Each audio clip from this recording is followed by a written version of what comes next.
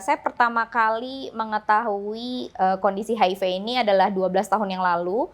Sebenarnya mereka juga bingung bagaimana sih cara menghadapi saya yang sekarang ini gitu. Mungkin mereka punya pertanyaan dan ketakutan atau kebingungan apakah HIV menular dengan mudah atau tidak gitu. Jadi itu kelihatan banget biasanya kalau mereka ngumpul nggak ada saya dipanggil gitu, yuk sini kumpul sama kita gitu. Tapi ada momen dimana kemudian kok saya ngerasa sendirian gitu di ruang tamu gitu, semuanya pada ngumpul di kamar atau di ruang yang lain gitu ya.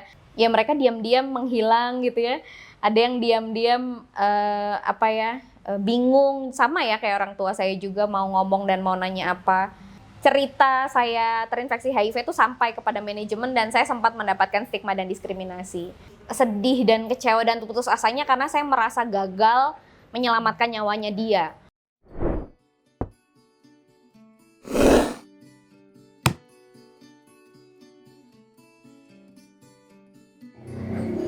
Halo, nama saya Ayu Oktariani.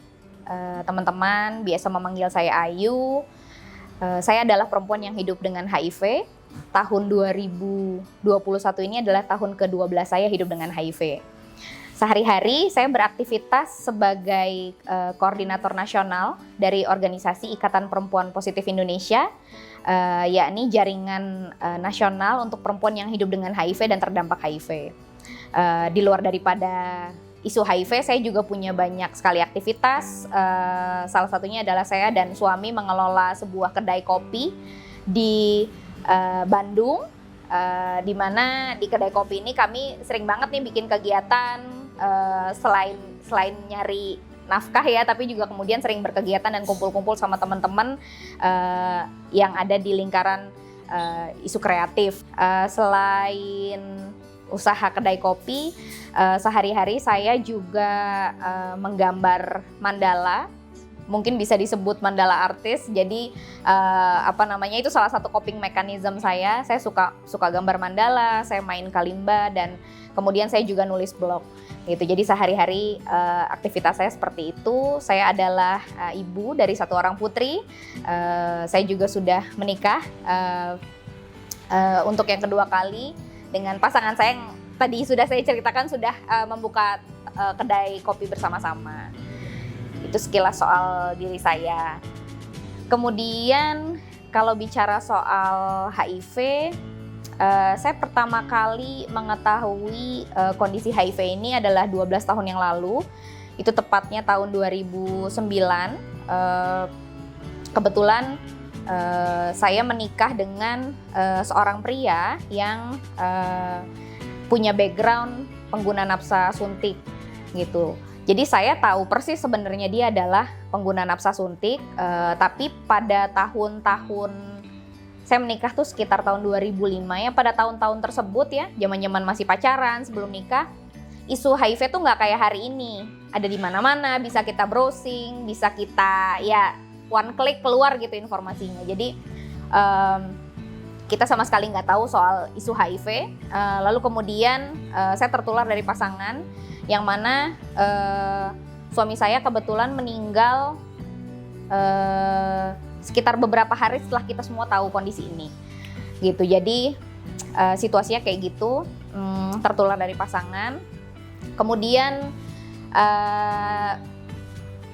situasi awal itu menjadi ya jalan pembuka ya, hidup baru dengan HIV. Kurang lebih seperti itu. Dulu saya masih tinggal di Jakarta. Dulu awal tahu itu saya ke Rumah Sakit Fatmawati. Baru pindah ke Bandung sebenarnya tahun 2014 setelah menikah lagi dan akhirnya menetap di sini dan sekarang menjadi warga Kota Bandung. Respon keluarga pada saat itu sebenarnya saya nggak bisa ngerasain persis ya, tapi kalau menurut pandangan saya pastinya mereka shock ya, pasti mereka kaget banget. Nggak ada orang tua dan keluarga yang biasa-biasa aja ngedengar anggota keluarganya kena HIV gitu ya. Tapi satu yang saya rasakan pada saat itu adalah keluarga saya nggak ninggalin saya. Jadi mereka tetap ada, mereka tetap support meskipun mereka jadi lebih overprotective dan mereka sangat menjaga saya untuk lebih hati-hati, menjaga kesehatan, rajin ngingetin bolak-balik ke rumah sakit, cek darah dan minum obat dan lain sebagainya. Sebenarnya mereka juga bingung bagaimana sih cara menghadapi saya yang sekarang ini gitu. Mungkin mereka punya pertanyaan dan ketakutan atau kebingungan apakah HIV menular dengan mudah atau tidak gitu. Jadi saya sempat mendapati ada satu momen di mana saya sadar di situ orang tua saya memang masih nggak tahu soal HIV sama sekali. Jadi kebetulan kakak saya waktu itu bekerja di luar negeri, jadi mereka rajin video call. Lalu kemudian ada sebuah statement yang keluar dari kakak saya yang bilang bahwa itu Ayu pakai celana jeans adeknya bareng-bareng tukeran nggak apa-apa gitu. Terus ayah saya menjawab dengan, aduh papa nggak tahu ya, nanti coba deh papa tanya sama dokternya gitu. Jadi saya bisa merasakan bahwa sebenarnya mereka punya kebingungan yang mungkin mereka sungkan bertanya kepada saya. Nah itu di awal-awal cukup terasa. Kemudian kalau dari keluarga inti sebenarnya nggak ada hal-hal yang terlalu saya risaukan ya. Justru respon yang memang agak mengejutkan tuh datang dari keluarga di sekitar ya, keluarga yang lebih luas gitu ya. Dimana pada saat Lebaran pertama itu kelihatan banget, biasanya kalau mereka ngumpul nggak ada saya dipanggil gitu, yuk sini kumpul sama kita gitu. Tapi ada momen dimana kemudian kok saya ngerasa sendirian gitu di ruang tamu gitu, semuanya pada ngumpul di kamar atau di ruang yang lain gitu ya. Ada momen-momen kayak gitu. Tapi lambat laun saya percaya bahwa saya nggak perlu capek-capek atau kemudian kebanyakan ngomong gitu sama orang lain. Saya cukup membuktikan sama mereka bahwa saya tetap bisa sehat, saya tetap bisa survive, dan saya nggak nyusahin siapa-siapa gitu dengan kondisi saya ini. Dan butuh waktu di awal-awal kondisi memang sangat kelihatan lah orang sebenarnya cemasnya lebih kepada ke keluarga saya gitu. Apakah kemudian saya memberikan beban kepada mereka gitu ya. Jadi keluarga yang lain jadi punya concern ke sana gitu ya, rasa khawatir ke sana. Nah kalau respon masyarakat sendiri sebenarnya kan saya nggak langsung terbuka ya seperti hari ini gitu ya kepada banyak orang pada saat itu. Saya sebenarnya bercerita dengan sangat terbatas pada orang-orang yang di circle terdekat gitu, pertemanan terdekat. Ada banyak teman yang langsung reaksinya suportif, tapi ada juga yang ya mereka diam-diam menghilang gitu ya. Ada yang diam-diam bingung, sama ya kayak orang tua saya juga mau ngomong dan mau nanya apa. Tapi itu lagi saya memberikan kebebasan kepada orang-orang yang kenal sama saya untuk mereka bebas merespon pada saat mereka tahu bagaimana kondisi saya gitu. Mereka punya hak untuk mencerna dulu, mencari informasi. Lantas kemudian saya juga bilang sama mereka bahwa ya pertemanan kita tidak akan kenapa-napa. Kalau kamu butuh waktu untuk berpikir gitu, bagaimana cara saya harus merespon Ayu, ya nggak apa-apa juga gitu. Saya nggak akan kemana-mana, dan alhamdulillahnya karena saya juga pakai prinsip saya nggak akan menstigma diri sendiri, karena cuma diri saya yang bisa nolong diri saya sendiri gitu kan. Jadi saya pengen nunjukin sama orang bahwa ya saya sayang sama diri saya gitu, sehingga orang lain juga akan respect sama saya. Jadi kurang lebih sebenarnya respon masyarakat sangat beragam. Alhamdulillahnya sampai hari ini lebih banyak orang yang support ya, 98% lah.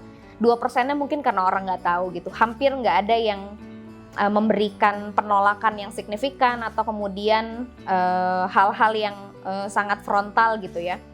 Tapi ada satu kejadian yang memang saya nggak lupa ya. Waktu itu saya awal-awal tahu kondisi pada saat suami saya meninggal, kan saya memutuskan untuk bekerja di salah satu sekolah musik di daerah Tangerang Selatan. Dulu saya masih tinggal di sana. Nah di sana karena kota kecil ya, entah bagaimana cerita saya terinfeksi HIV itu sampai kepada manajemen, dan saya sempat mendapatkan stigma dan diskriminasi.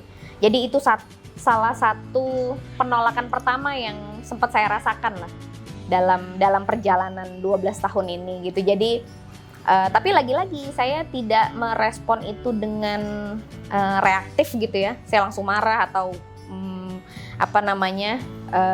ya ekstrim gitu ya. Tapi ya sedih juga, butuh waktu untuk mencerna. Oke, berarti saya harus tunjukkan sama orang-orang bahwa saya bisa tetap sehat seperti itu.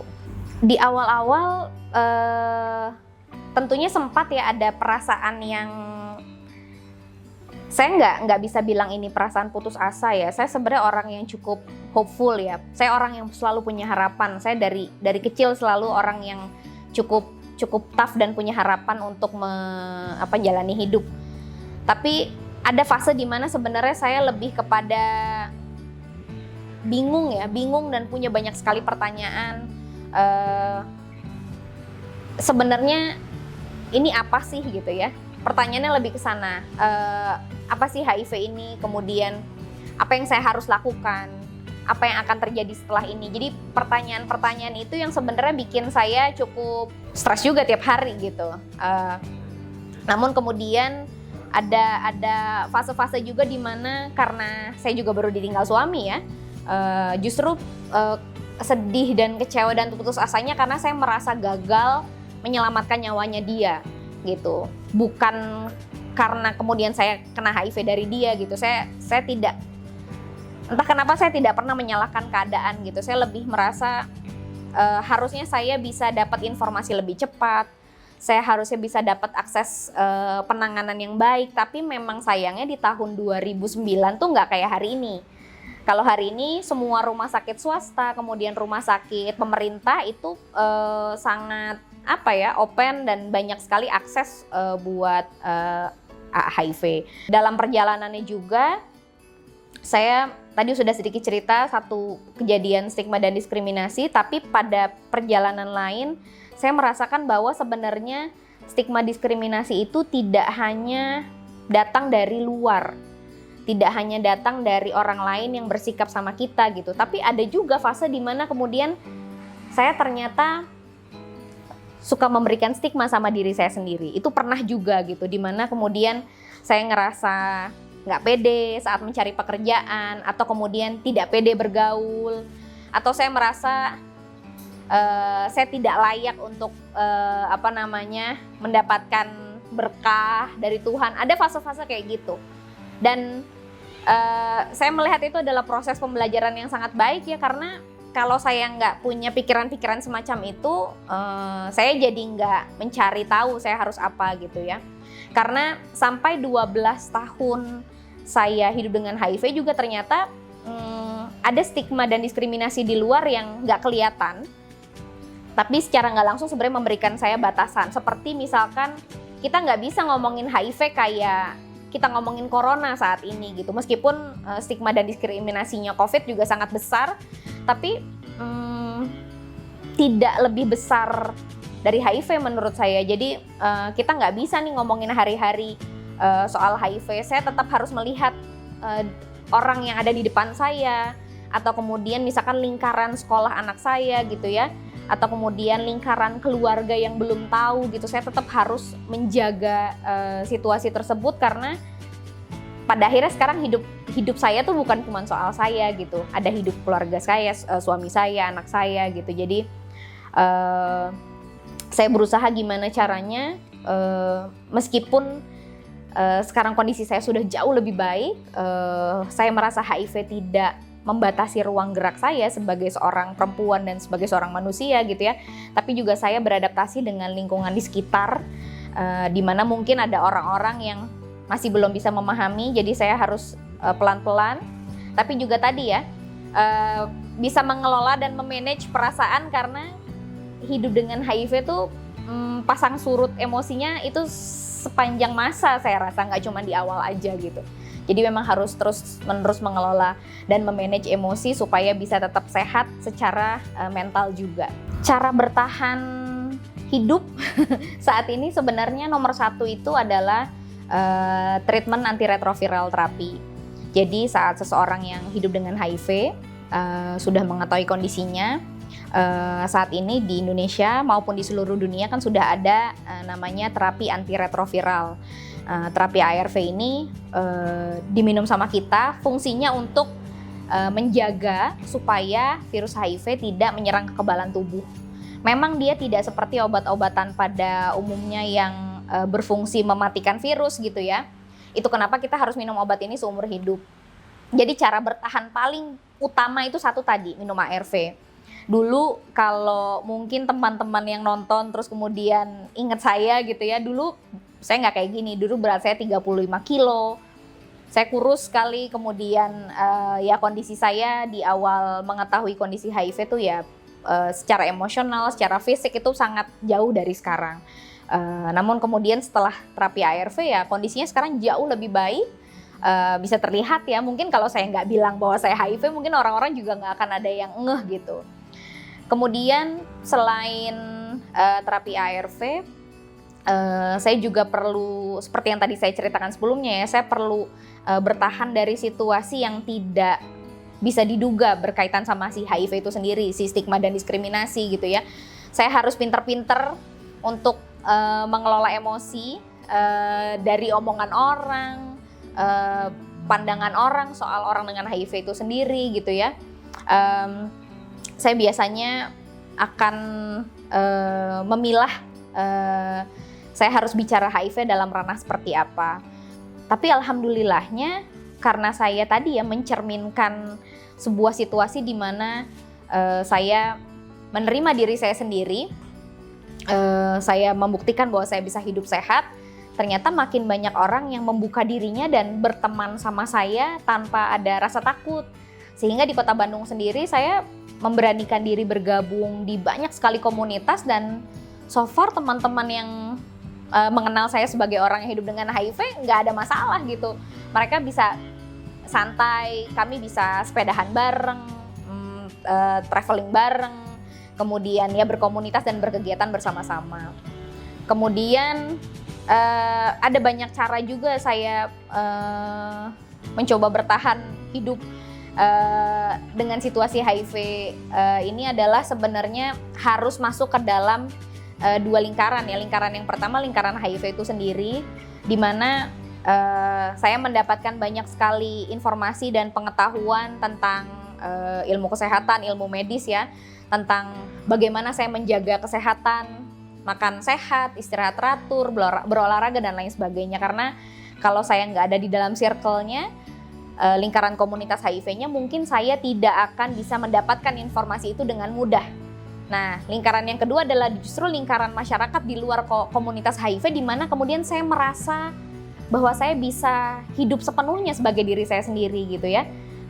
Itu kenapa tadi saya membuka diri. Jadi saya membuka diri, saya masuk ke dalam lingkaran satu dan lingkaran yang lain yang sesuai dengan hobi dan minat saya gitu. Dan so far sampai hari ini ternyata ketakutan-ketakutan yang ada di sekitar tentang penolakan itu tidak benar-benar saya dapatkan gitu. Meskipun ada satu dua mungkin orang yang tadi ya bingung dan punya pertanyaan, tapi so far semua orang kalau punya kegelisahan pasti langsung nanya sama saya gitu ya.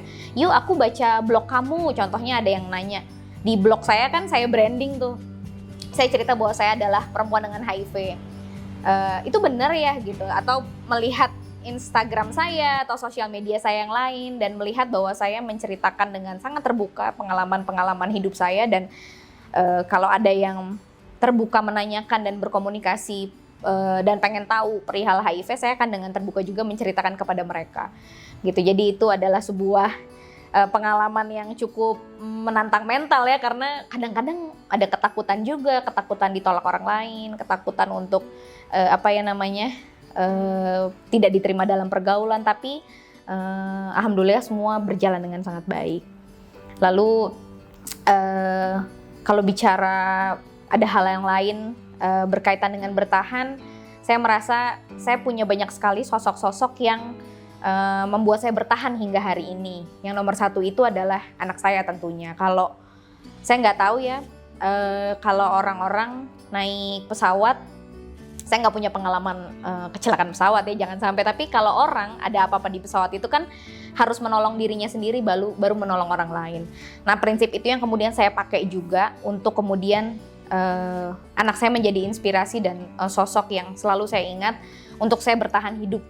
Jadi saya harus menolong diri saya. Kenapa? Karena ada anak saya yang membutuhkan saya, gitulah. Sosok-sosok lain sebenarnya tentunya seperti orang tua saya yang sampai hari ini nggak ninggalin saya, itu juga orang-orang yang sangat berarti tentunya ya.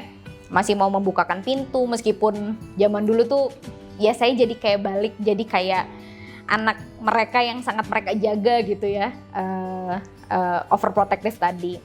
Sosok terakhir yang kemudian memberikan saya inspirasi adalah almarhum Ginan Kusmayadi.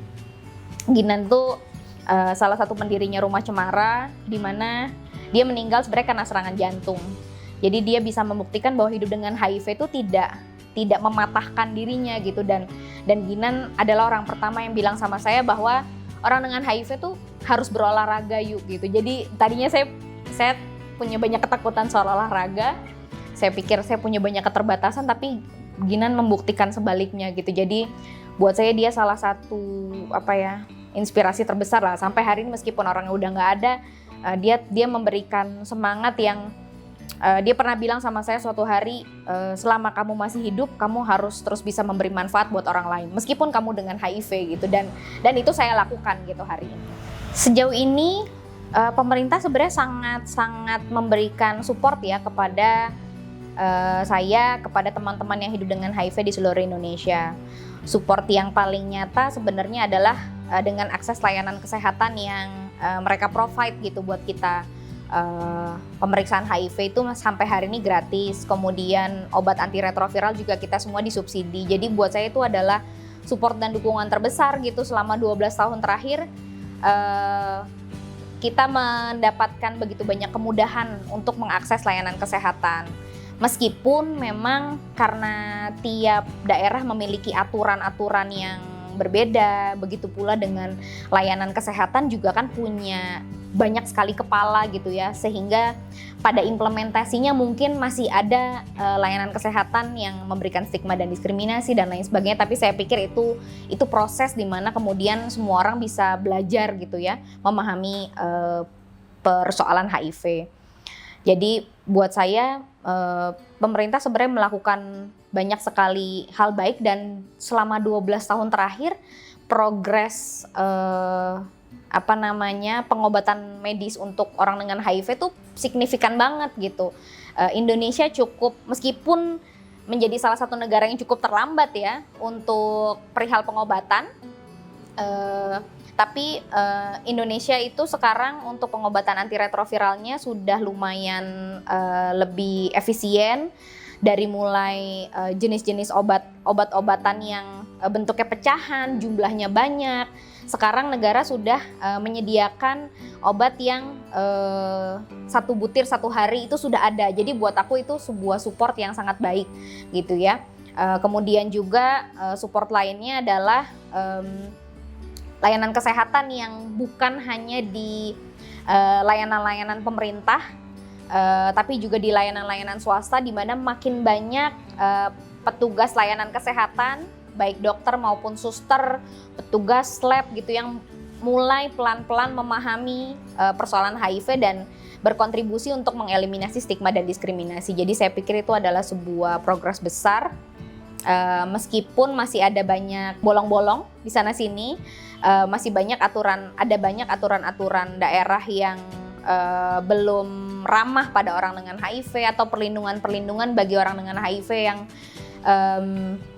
mendapatkan stigma diskriminasi. Perlindungan hukum itu juga belum ada yang sangat signifikan. Tapi buat saya pada fase pengobatan pemerintah berkontribusi besar untuk berkomitmen mendukung pengobatan kami, itu buat kami sangat baik. Satu lagi adalah BPJS, itu juga kemudian bisa digunakan oleh orang dengan HIV gitu tanpa melihat kondisi HIV-nya. Jadi saya pribadi adalah pengguna BPJS ya, jadi beberapa kali masuk rumah sakit karena urusan-urusan urgent seperti persalinan, atau kemudian pernah sakit karena keracunan, atau kemudian pernah kena masalah-masalah yang saya harus dirawat, itu semua full cover by BPJS dan di cover gitu, dan mereka nggak tidak berfokus pada HIV-nya karena saya yakin pemerintah dengan aturan yang dan diskusi yang baik itu mereka membuat aturan yang cukup ramah terhadap orang dengan HIV. Em, di akhir saya punya pesan buat masyarakat yang nomor satu ya, berkaitan dengan HIV. HIV tuh nggak kayak corona ya. Kalau corona kan bisa menular melalui di udara terbuka gitu ya, saat kita berdekatan dengan orang lain. Nah, HIV tuh sulit sekali menular kepada orang lain, sehingga menurut saya masyarakat harus mulai bisa melihat orang dengan HIV dari sudut pandang yang lain, tidak hanya dari HIV-nya, karena HIV-nya nggak menular dengan mudah. Kita bisa nongkrong bareng, kita bisa makan bakso bareng, kita bisa ngopi bareng, kita bisa nonton bioskop bareng gitu tanpa harus khawatir tertular HIV, karena HIV menular dengan sangat sulit dan tidak menular melalui interaksi sosial. Terus kemudian yang kedua masih buat masyarakat, saya punya pesan bahwa informasi yang saya berikan sampai sekarang ini itu tidak terbatas hanya kepada mereka yang memiliki resiko atau kemudian perilaku beresiko. Tapi informasi ini penting untuk dipahami oleh semua masyarakat Indonesia supaya mereka tahu bahwa mereka juga beresiko terinfeksi HIV gitu ya. HIV ini beresiko pada semua orang yang nggak mau tahu, yang cuek, yang nggak mau cari informasi, yang nggak mau memahami perihal kesehatan seksual dan reproduksi mereka. Jadi karena teman-teman sekalian udah pada nonton, udah pada lihat dan dengar apa yang saya sampaikan, mudah-mudahan teman-teman menjadi orang-orang yang lebih peka dan lebih paham sama informasi HIV, sehingga lebih care sama diri sendiri dan jangan sampai kena HIV. Lalu juga kemudian jadi orang-orang yang lebih care dan tidak memberikan stigma dan diskriminasi kepada masyarakat di luar. Kemudian pesan buat teman-teman yang hidup dengan HIV di luar sana, saya udah sering banget sebenarnya nyampein ini, tapi saya perlu ulang-ulang terus bahwa saya tahu bahwa hidup dengan HIV itu tidak pernah mudah. Karena jalan hidup saya sama jalan hidup teman-teman mungkin berbeda. Beberapa di antara kita memiliki privilege yang lebih banyak seperti akses informasi, pengetahuan, materi dan lain sebagainya. Mungkin ada orang, teman-teman di luar sana yang kondisinya tidak jauh lebih baik daripada saya gitu. Tapi saya yakin dan percaya bahwa HIV itu bukan akhir dari segalanya.